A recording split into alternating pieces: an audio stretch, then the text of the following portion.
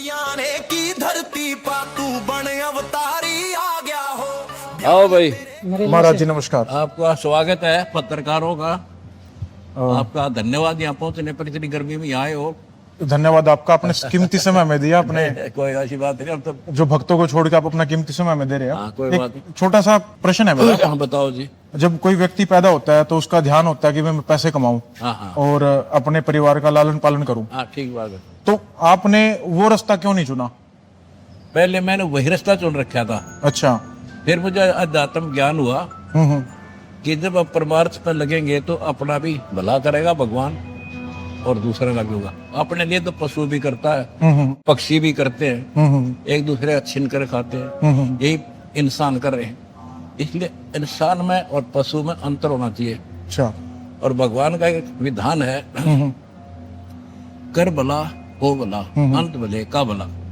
ये आपको मालूम कैसे पड़ा कि भाई मेरे को इस रास्ते पे जाना चाहिए? ऐसा कुछ तो हुआ होगा जीवन में आपको? वो बहुत बड़ी कहानी है यार, वो कहानी इतनी लंबी है, इतना टाइम नहीं, वो थोड़ा ब्रीफ कर देता हूँ। हाँ हाँ। मैं जूनियर इंजीनियर था, इरिगेशन डिपार्टमेंट। अच्छा।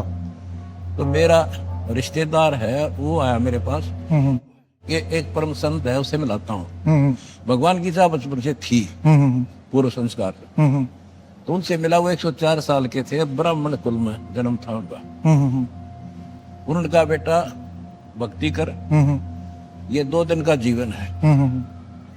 पृथ्वीपति चकवे गए जिनके चक्कर चलंत, रावण श्रीखे कौन गण ऐसे गए। भक्ति ना करने से कबीर हरि की भक्ति में राजा गधा हो और माटी लदे कुमार के नार नहीं रहा कोई। तो ये खटकी मेरा बात। अच्छा। उनके चरणों में नमन किया। फिर कैसे भला हो, कैसे इस दुख से छुटकारा हो, मैं उनको भी डिटेल से बताया। हमने उनके चरण पकड़ कर दीक्षा ली, दीक्षा की, भक्ति की, नौकरी भी की। अच्छा। एक दिन अचानक उन्होंने कहा, बेटा मैंने बहुत दृष्टि दौड़ा ली है, 1 लाख शिष्य है, तेरे जैसा नेक और शुद्ध आत्मा मैंने दिखता को नहीं। अच्छा। आज से मैं अपना उत्तराधिकारी आपको बढ़ाता। ठीक। मैं एकदम सुन्न हो गया। मैं जाट आदमी, हमारे दादे परदादा ने काम करे ना। पहले डर लगा कि किसी ने कोई चुगली कर दी है कि यू भगवान अब पे मेहनत बन गया, ऐसा कोई था नहीं। फिर उसने कहा, बेटा तेरे साथ रहूंगा, घबरा मत। अच्छा। और तेरे जैसा विश्व में संत नहीं होगा। जब तो वो बात ऐसी नहीं लग रही थी कि मैं महाराज संत का के काम, पर कहते हैं साधु बोला सहज सुबह और साध का बोला वृथा नहीं जा। तो वो फल फिर मैं उनके आदेश से, उनका गुरु वचन पर डट गए, कट गए फल 84 के।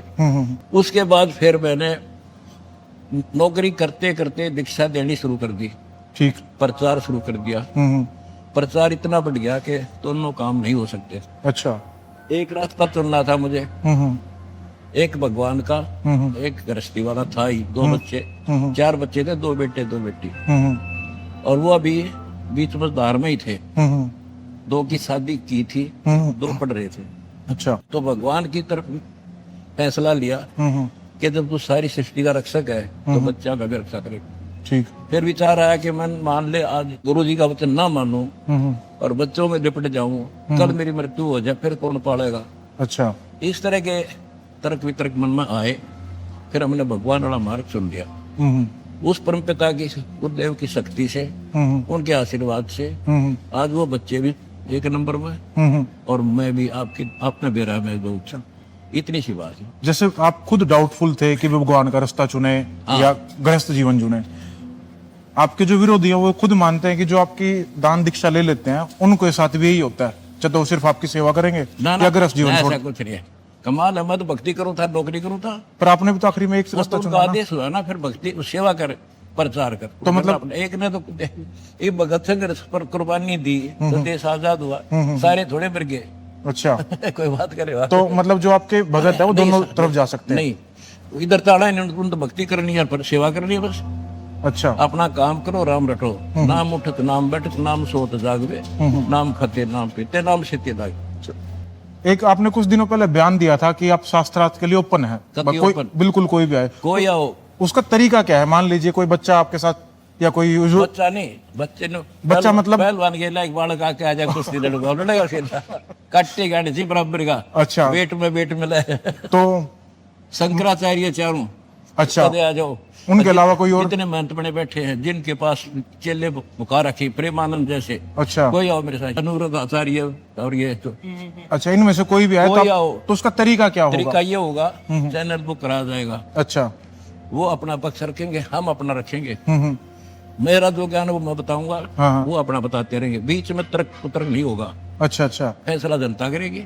अ, वहाँ इनकी डिबेट देखिए, बीच में कहाँ कर देते, वो तो डिबेट है मतलब एक सभ्य तरीके से। सब तरीके। सवाल कौन पूछेगा आप दोनों से फिर? सवाल तो पूछने की जरूरत है को नहीं, हम्म। वो अपना ज्ञान बताए, अच्छा। आप क्या दिशा दे रहे हो, मैं अपना ज्ञान बताऊंगा और शास्त्र दिखाऊंगा हम्म। कि ये शास्त्रों को मानेगा, तुम दिखा दो। अच्छा, और फिर? देखो संविधान है, हम्म। एक वकील कहता है इस दोष पर ये धारा लगेगी, दूसरा कहता है ये लगेगी, फैसला संविधान करेगा। अच्छा, हमारा संविधान गीता वेद पुराण ठीक। जो उनमें लिखा सो फाइनल। हम्म। कोई वक्ता है वैसे कहता वो झूठ। अच्छा, और उसका जो आपने कहा गीता जी इसका फैसला करें, गीता कौन सी प्रिंटिंग की, मतलब कौन से प्रेस की? गीता प्रेस दौर पर अच्छा, उसको आप आधार मानेंगे? सारे मान रहे, मैं क्या मानूंगा। अच्छा। जो जिन्हें तुम मानते हो उसको ले लेंगे, वो मानते हो जिसने। जैसा कि पत्रकार महोदय आप जी ने संतों के साथ डिबेट का प्रश्न किया है, उसके लिए मैं सभी हिंदू धर्म के धर्म गुरुओं से एक प्रश्न पूछता हूं, कौन ब्रह्मा का पिता है, कौन विष्णु की मां, और शंकर का दादा कौन है, हमको दे बता।